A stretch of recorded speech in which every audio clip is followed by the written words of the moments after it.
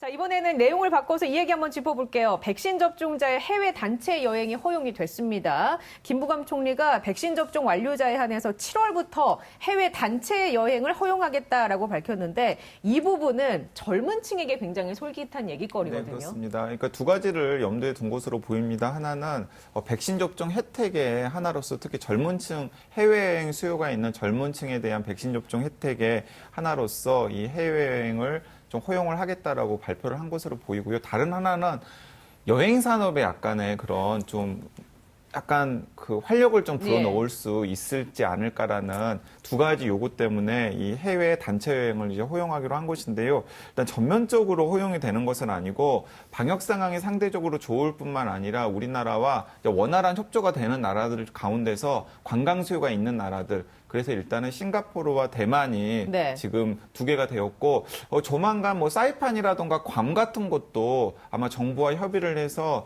이런 단체 여행이 가능하도록 할 것으로 보입니다. 그리고 왜 이제 개인 여행보다는 단체 여행을 정부가 공식적으로 먼저 허용을 하기로 했냐면 개인 여행은 아무래도 통제가 잘 안 되잖아요. 근데 단체 여행 같은 경우에는 출국할 때부터 입국할 때까지 여행사와 긴밀하게 방역 당국이 협조를 하면 방역 면에서 통제가 될 가능성이 굉장히 크기 때문에 단체 여행을 허용을 한 것으로 보입니다. 근데 사실은 그러면 해외여행은 그러면 단체만 가능한가요? 라고 저한테 물어보시는 분들이 있더라고요. 근데 꼭 그렇지는 않습니다. 예를 들어서 여행을 가고자 하는 그 나라에서 우리나라의 아스트라제네카 백신이나 얀센 백신이나 혹은 화이자 백신, 이미 접종한 백신에 대해서 입국할 때 자가격리를 그 백신을 접종했다라고 하는 증명서만 내보이면은 문제 없다라고 판단이 되면은 예를 프랑스 같은 나라가 그런데요.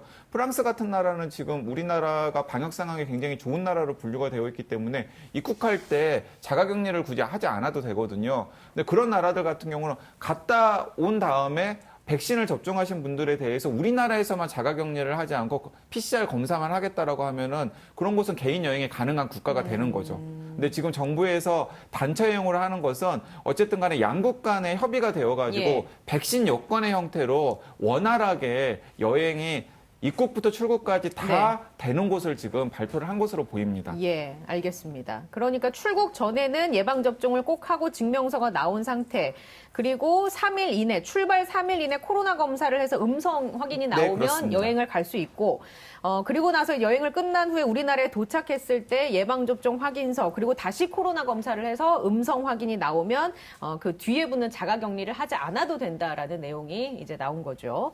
자, 이번에는 미국 같은 경우를 좀 살펴보려고 하는데요. 미국은 한국에 대해서 여행 경보를 1단계로 완화를 했습니다. 교수님, 이게 어떤 의미가 있을까요? 상당히 중요한 의미가 있다고 봅니다. 단지 이것뿐만 아니라 미국이 우리에게 상당히 예외적으로 얀센 백신을 공급했다고 하는 거하고 저는 맞물려 있다 이런 생각이 듭니다. 그러니까 우리나라를 미국에서 상당히 전략적인 파트너로 인식하고 있다고 하는 게 하나가 있고요. 두 번째는 방역 그 자체의 상황만 놓고 보더라도 한국이 비교적 상당히 방역을 잘하고 있다. 이 인식도 깔려 있는 거죠. 단적으로 일본과 비교해 보면은 일본은 얼마 전까지만 해도 여행 금지 4단계 최고 단계를 유지하다가 3단계로 낮춰 주었지만은 여전히 위험한 국가다. 이런 인식이 있는 거죠. 그런데 아시다시피 일본은 소위 말해서 내일 모레 올림픽이 있는 국가잖아요. 그런데 내일 모레 올림픽이 있는 국가도라도 일본의 상황은 굉장히 엄중하고 한국의 상황은 상당히 좋다. 이렇게 미국이 평가를 하고 있다는 것이거든요. 그것은